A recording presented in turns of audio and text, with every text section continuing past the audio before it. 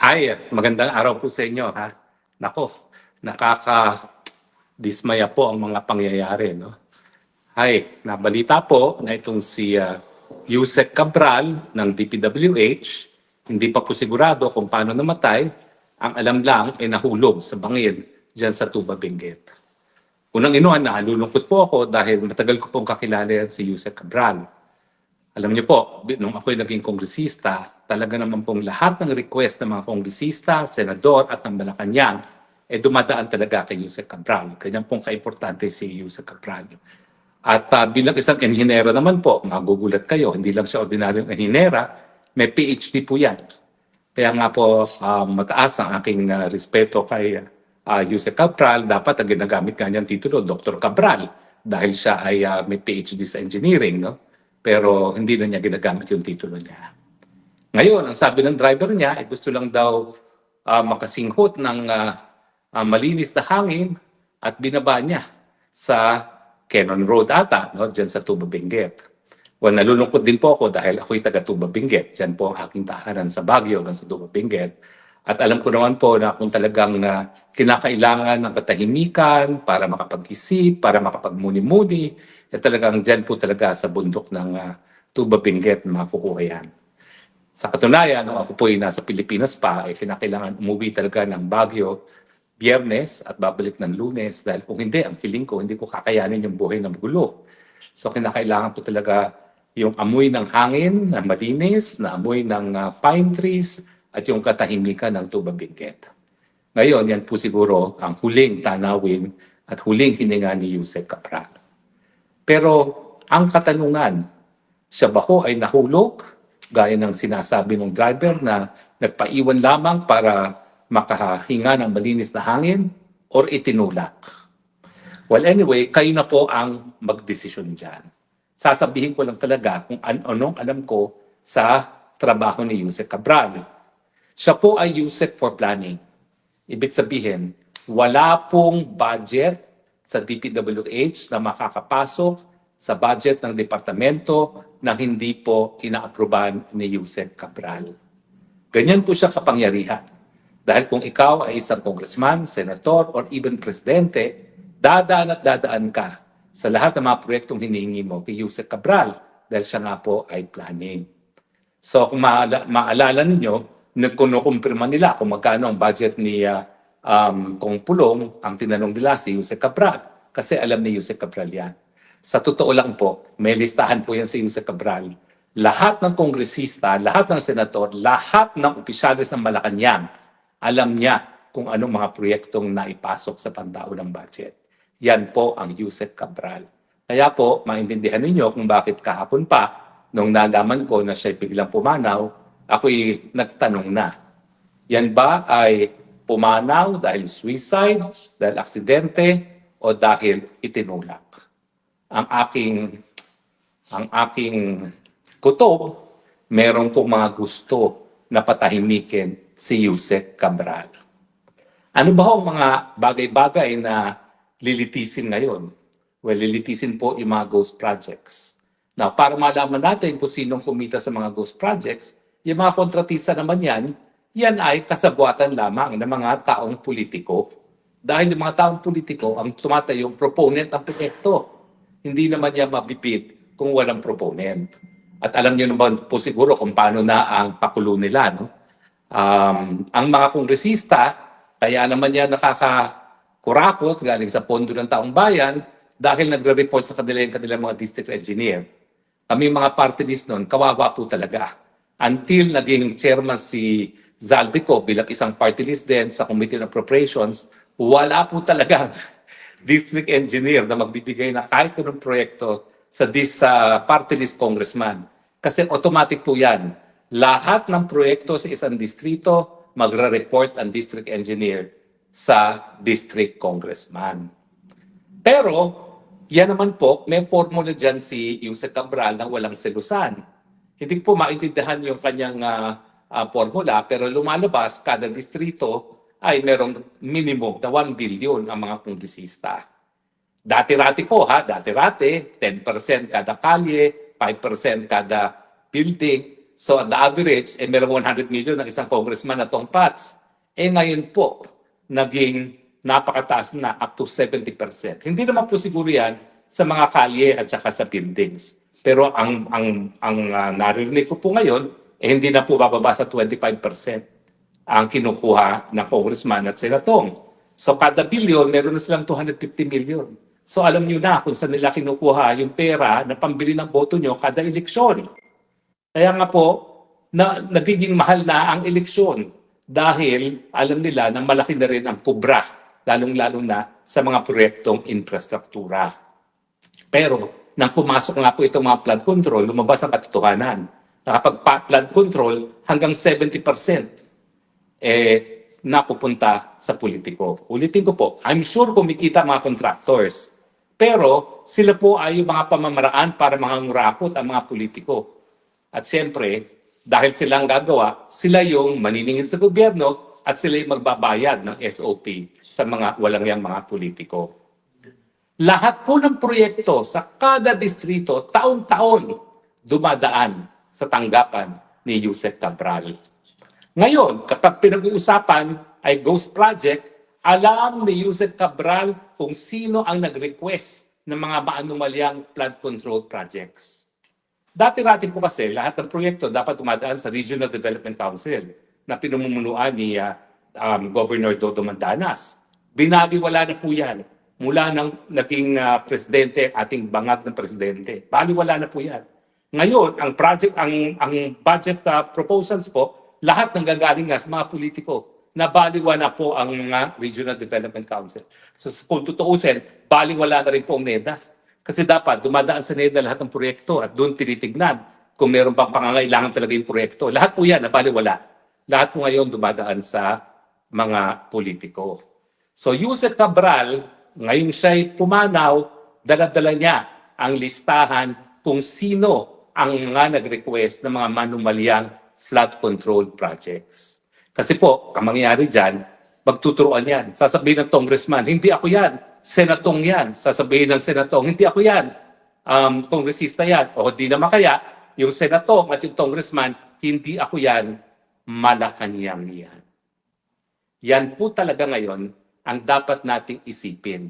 Hindi lang alam ni Yusek Cabral kung sino ang congressman at senatong na naging proponent ng isang flood control project, alam din niya ang mga proyekto na hiningi ni Marcos Jr. galing sa Malacanang. Pagtugma-tugmain natin ang mga pangyayari. Hindi ba sinabi ni Zaldico na ang Marcos Bangag ay sinabihan siya na mag-insert ng 100 billion last minute? At nagsulat nga si Zaldico na hindi po pwede yan. Kasi saan mo kukunin yung 100 billion kung hindi mo babawasan yung ibang mga proyekto? Diyan daw nagsimulang nagalit ang Marcos Jr. kay Zaldico.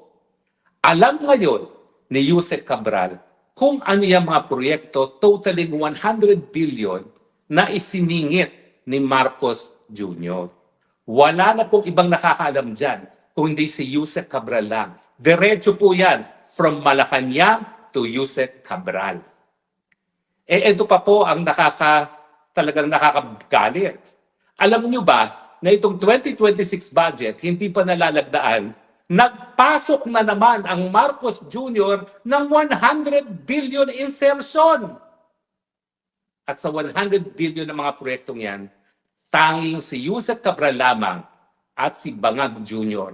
ang nakakaalam kung ano-ano yung mga proyektong yan. Bakit ba ho importante na malaman ni Yusek Cabral kung sino talaga ang proponent? Diyan po kasi nag-aaway-away ang senatong, ang congressman, ang congressman at ang Malacanang. Siyempre, mag-aaway-away sila dahil sasabihin nila, proyekto ko to. At kung sino ang pwedeng mag-angkin ng proyekto, sa kanila pupunta yung tongpats. Ganun po yun. Ang pinag-aawayan, pera. Bali, wala na po ang kredito. In fairness, kakaunti na lang yung EPAL na this is a project of Congressman so-and-so. Ang importante ngayon, kwarta-kwarta lang. Kaya, yung 100 billion ni Bangag na ipinasok na naman niya sa 2026 budget, wala na pong nakakaalam kung ano yung mga proyektong yan, kung hindi si Yusek Cabral lamang. At ang Marcos Jr. Siguro, mag-aaway-away ngayon sila. Dahil wala na si Jose Cabral at hindi naman siguro ipapasabi ni Marcos Bangag Jr. na sa kanya yung proyekto, mag-aaway-away sila para sa SOP. Ang mangyari dyan, yung mga kontratista nila maglalabanan at harinawa, sana makakuha ng pinakamababang presyo ang taong bayan na magbabayad ng proyekto. Dahil lamang hindi alam kung sino pupunta, kanino pupunta ang SOP, ngayong wala na si Yusek Cabral. So mga kaibigan, isipin nyo yan. Kung si Yusek Cabral lang ang may alam, bukod kay Marcos Jr., kung ano-ano yung 100 bilyong mga proyekto na ipinasok nila noong 2025 at yung 100 billion na ipinasok na naman ng 2026, sino kaya ang gustong magpatahimik kay Yusek Cabral? Wala akong sinasabi.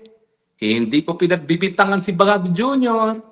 Bahala na kayong magkaroon ng sarili niyong konklusyon. Pero alam ko naman, matatalino kayo. Kung merong may itinatago at kung yung tinatago, mabubuking ni Yusek Cabral kapag siya'y napilitang magsalita, alam niyo na kung sino ang gustong magpatahimik kay Yusek Cabral. Nagagalit po ako kasi alam niyo, si Yusek Cabral, sunod ng sunod lang naman yan. Hindi kinakailangang saktan. Siya, alam naman niya na kung ikaw ay makapangyarihan, kung ikaw ay presidente, susunod lang naman siya. Bakit kinakailangan pang saktan? Bakit kinakailangan pang patayin? Pero wala po akong sinasabi, wala akong pinagbibitangan. Ang sinasabi ko, kayo ang mag-usga. Sino ang makikinabang kung mapapatahimik si Yusek Cabral ngayong may aligasyon na merong 100 billion na insertion ng Marcos Jr., hindi lang noong 2025 national budget, kung hindi na rin yung 2026 national budget. Pero siyempre, marami pa rin mga naisang patahimikin. Nung gusto nilang diinan si Pulong Duterte, ang tinawag nila si Yusek Cabral na nag-certify. Merong ang 52 billion ang Pulong Duterte.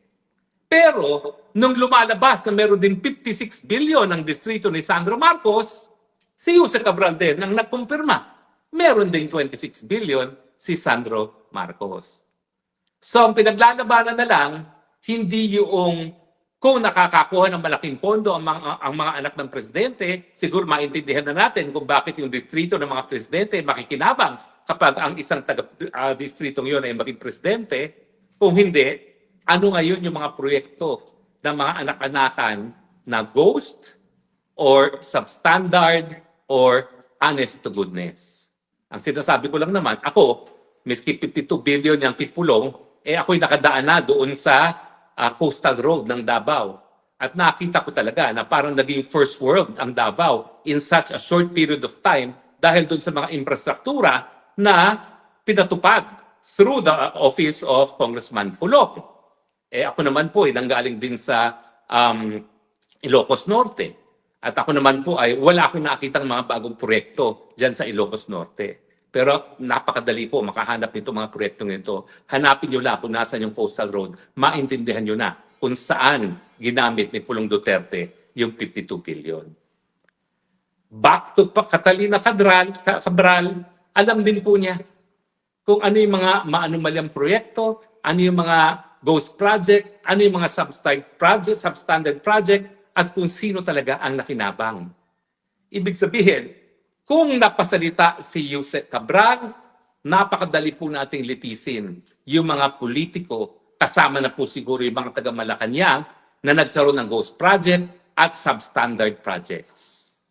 Ngayon po, bagamat sabi ni Marcos Jr., hahabulin niya itong mga kurakot nito, mahihirapan na po tayong sila ay mapatunayan nagkakasala dahil wala na yung tao, kaisa-isahang tao na nakakaalam kung sino ang mga nasa likod ng mga infrastructure projects na pinapatupad ng DPWH.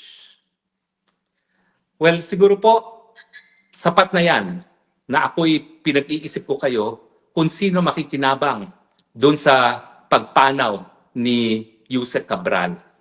Siguro naman, kayo'y kumbinsado na hindi rin tumadon si Yusek Cabral. Bakit? Kasi nagkaroon siya ng interview bilang isang distinguished female engineer nang sinasabi niya, meron talaga siyang fear of heights, phobia. Ang tao ba na merong fear of heights ay talagang sisinghot ng malinis na hangin ng tabing bangil? O yan ba ay itinapon na lang sa bangil? Baka naman wala ng buhay nang tinapon na sa bangil. Ang sa akin, no, kababaeng tao ni Cabral, balidosa pa nga, ibig sabihin, hindi naman niyang karatista, hindi naman niyang gaya ni Sara Duterte na talagang mambubugbog.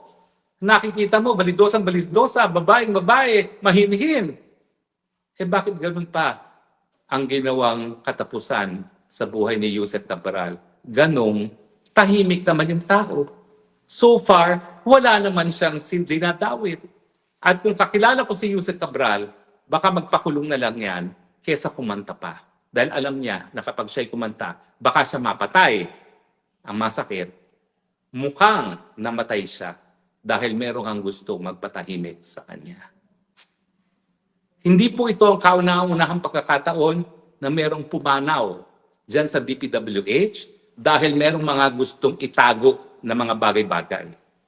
Meron na pong inhinero sa Ilocos. Nagtataka ba kayo kung bakit napatay? Aba, itong inhinerong ito, pinalabas din na aksidente daw. Pangalawa na itong pagkamatay na aksidente daw. Pero hindi naman kapanipaniwala ang mga circumstances para sabihin na talagang aksidente ang mga pangyayari. At meron pang isa na magsisiwalat sa ng katotohanan dyan sa Sorsogon. Patay din. Aksidente rin.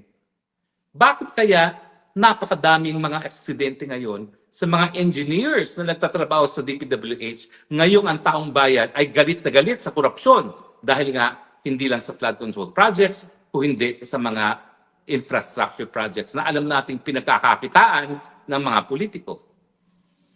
Ano na nangyari sa Pilipinas? Kaisa-isang Kristiyanong bansa sa daigdig. And yet, nagkakaroon na ngayon ng mafia-style patayan para lamang mapatahimik ang mga nagpapatupad ng mga infrastructure projects dahil tanging sila lang ang nakakaalam kung sino ang mga kumita sa mga proyektong yan. Dahil sila mismo ang nagdi-deliver sa mga tao na kinakailangan pagdeliberan ng tongpats. Di ba ho nakakalungkot? Mafia-style killings ngayon sa Pilipinas sa panahon na sumisigaw para sa katarungan ang taong bayan. Pasensya na po kayo, yung mga kaibigan ko sa Maisog, isa-isang pumapasok, so napapasama sila sa broadcast. Okay lang po. Tatanungin ko sa kanila kung gusto nilang bumati. Okay? Pero kasama ko po ang mga Maisog at DDS. Sa akin po, malungkot ako. Kasi ang aking alaala naman kay Yusek Cabral, she was a very kind person. Kadalasan, hindi niya ako matulungan.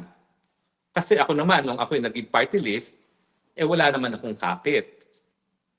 At dahil nga party list ka, wala namang nagre-report sa iyong DE. Pero bagamat hindi niya ako natulungan, every time ako'y pupunta sa kanya, hihingi, hindi ba pagbibigyan dahil wala naman tayong kapit, she makes it a very worthwhile experience.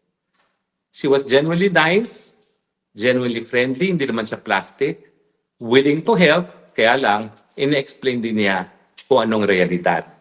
Na talagang ang mga nakapagbibigay lamang mga proyekto ay yung mga malalapit sa kusina. I will miss Yusek Cabral. Not only because I think she was a good person inherently, hindi ko sinasabi na malinis siya, ha? Siyempre, yung korupsyon hindi dapat nangyari kung hindi pumapayag yung mga tao na gaya ni Yusek Cabral dahil siya nga yung nag-a-approve ng mga proyekto na hinihingi ng mga politiko na alam natin na kaya lang naman na-request yung mga proyektong yan dahil pagkakakitaan nila. Pero at the same time, maski hindi siya santo, I think Yusek Cabral just wanted to have a living, just wanted enough for herself, and accepted na ganito ang patakaran sa Pilipinas. Kaya nga po, mga kababayan, kung tayo ay magiging gaya ni Yusek Cabral na tatanggapin na lang ang mga patakaran sa lipunan, baka tayo magkaroon din ng kapalaran na gaya ni Yusek Cabral.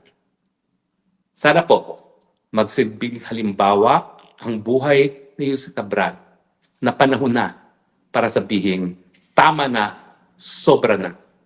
Hindi na dapat magkaroon ng SOPs. Hindi na dapat magkaroon ng patakaran. Ang pera na kaban ng bayan para sa taong bayan, hindi para sa mga magnanakaw. Mangyayari lang po yan kapag naibalik natin ang tiwala sa pinakamataas na opisina ng bayan at yan po ang tanggapan ng presidente. Patalsikin na po natin ang presidenteng kurap, patalsikin na po natin ang presidenteng bangag, patalsikin po natin siya sa pamamagitan ng mga mapapayapang mga pamamaraan, patalsikin po natin siya sa pamamagitan ng people power na nakasaad po sa ating saligang batas. Wala pong krimen kapag sinasabi natin, tama na, sobra na, mag-people power na tayo, yan po ay nasa saligang batas. Yusek Cabral, kung nasaan ka man, it was a pleasure to have known you. I'm sorry I cannot say that you were a saint, but I'm sorry too that it had to come to an end in this manner. You did not deserve this. No one deserved this. Lalong-lalo na alam natin na pinatahimik ka lang ng mga korap. I invoke the forces of karma. Lahat na nagplano na ikaw ay ihulog sa bangil na yan, bumalik sana sa kanila 1,000 times yung kasamaang ginawa nila sa iyo. May you rest in peace. God bless you. Sa inyong lahat, maraming salamat po sa inyong patuloy na pagtangkilik. Magdasal po tayo na sana wala na pong Yusek Cabral sa susunod na mga araw. Ito po yung inyong spokesman bayan nagsasabi, I love you, Philippines. You're the only country that I have. You're the only country that I love. Bye.